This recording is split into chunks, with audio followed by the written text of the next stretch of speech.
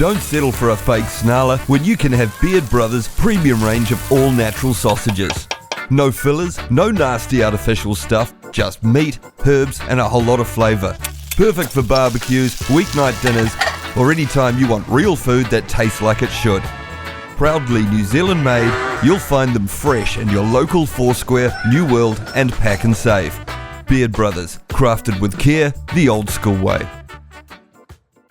Well, violence in our prisons has hit record levels with inmate on inmate and prisoner assaults against staff soaring to the highest ever numbers. The Corrections Association calls it a crisis, blaming tight budgets, suboptimal staffing and rising tension from double bunking. Corrections Minister Mark Mitchell's pushed back, saying serious assaults have fallen slightly. Staffing levels are improving and recent recruitment drives have helped. However, non-serious and no-injury assaults continue to rise across multiple prisons, including Arohata, Hawke's Bay Regional and Whanganui. The prison population reached 10,860 months ahead of projections, shrinking the per-prisoner budget. Corrections Association New Zealand President Floyd du Plessis says staff face daily assaults, and he joins me now. Floyd, good morning. Good morning. Thank you for your time, Floyd. Corrections Minister Mark Mitchell says there's no crisis and staffing levels are improving. You obviously don't see it this way. Unfortunately not. The reality is, yes, the staffing levels have improved. Unfortunately, what we are seeing, though, is twofold. Like has been identified, the prisons are more violent than they used to be. That's just a statistical fact. And what we do face is, while violence and the situations within the prisons have drastically changed, our staffing model hasn't. And so to deal with that more violent area that we deal with, we do need more staff to be able to safely manage. So that hasn't changed. And yep. Why are they more violent? To explain to me. So the violence is driven by a number of factors. Societally, the place has become more violent than it used to be. What do you mean societally? What do you mean? They're coming in more violent? We're seeing a lot. Yeah, so in the community, we're seeing more violent crime now than we did 10 years ago. Out in the community, that comes within the prison. Within the prisons themselves, we're seeing a lot more gang violence. So there's a lot more gang activity. The prisons are heavily filled by gangs. Yeah. And it's a violent group that's all condensed in together, but obviously generally squashed in smaller areas together, and that drives up tension, drives up violence. That's why we've seen, if we looked at the statistics, the percentage of violence between prisoners has gone up almost 50% from what it was 7 years ago. And so that shows you that within the prison things are a lot more violence.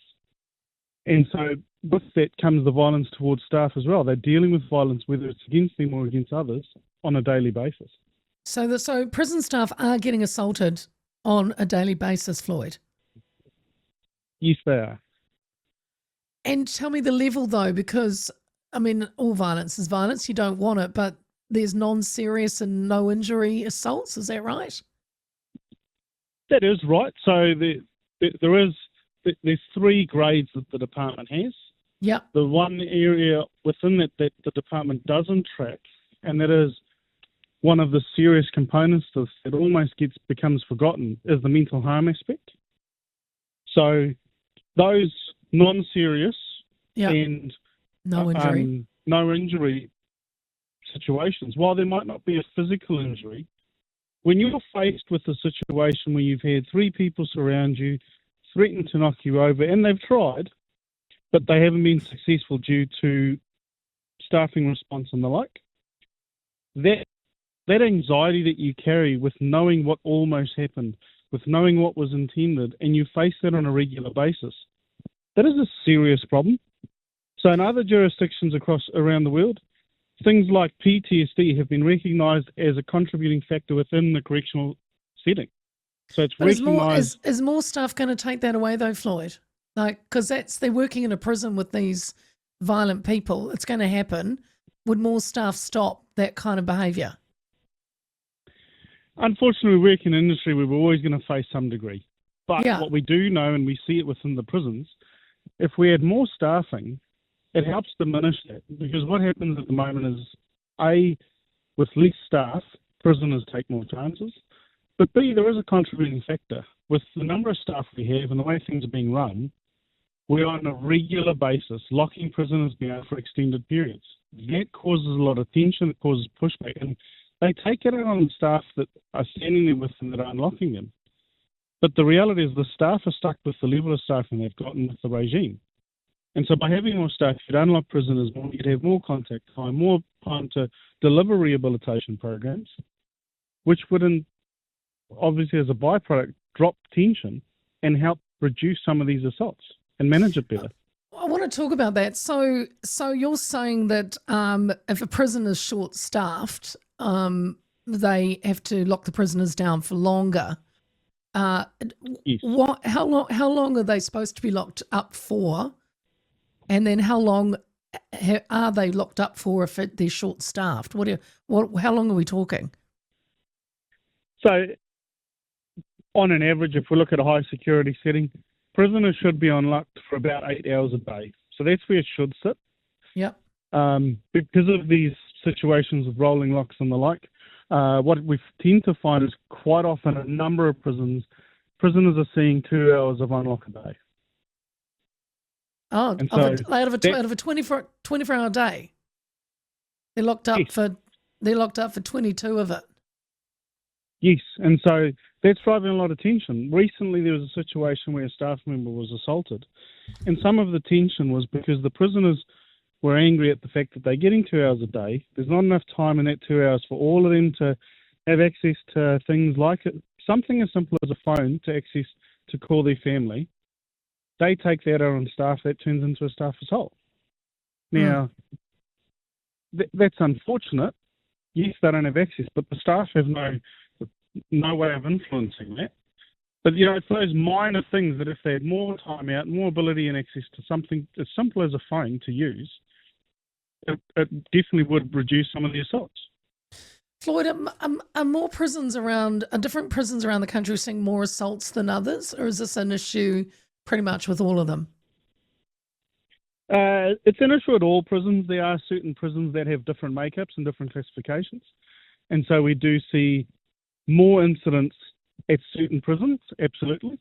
But generally it's a problem right across the board to different degrees in different prisons. So Corrections Minister Mark Mitchell says that staff levels were improving. How many more prison staff guards have come on board under this government? Do you know? Without having the statistics in front of me, over the last year and a half, we have increased by about 600 staff. So there has been an increase, absolutely. But it's just not going far enough. Because while the numbers have increased as staff, our prison population has also drastically increased. And so there's a correlation between those two that, yes, there's been an improvement, acknowledge that, but it hasn't gone far enough. Well, the government put 98.4 million in the budget to manage the prison population, but that's already maxed out, correct? We've already reached projection earlier than expected, so more people in prison. Can we talk double bunking? Is it unusual to have multiple prisoners in one cell? Don't settle for a fake snarler when you can have Beard Brothers' premium range of all natural sausages. No fillers, no nasty artificial stuff, just meat, herbs and a whole lot of flavour. Perfect for barbecues, weeknight dinners, or any time you want real food that tastes like it should. Proudly New Zealand made, you'll find them fresh in your local Foursquare, New World and Pack and Save. Beard Brothers, crafted with care the old school way.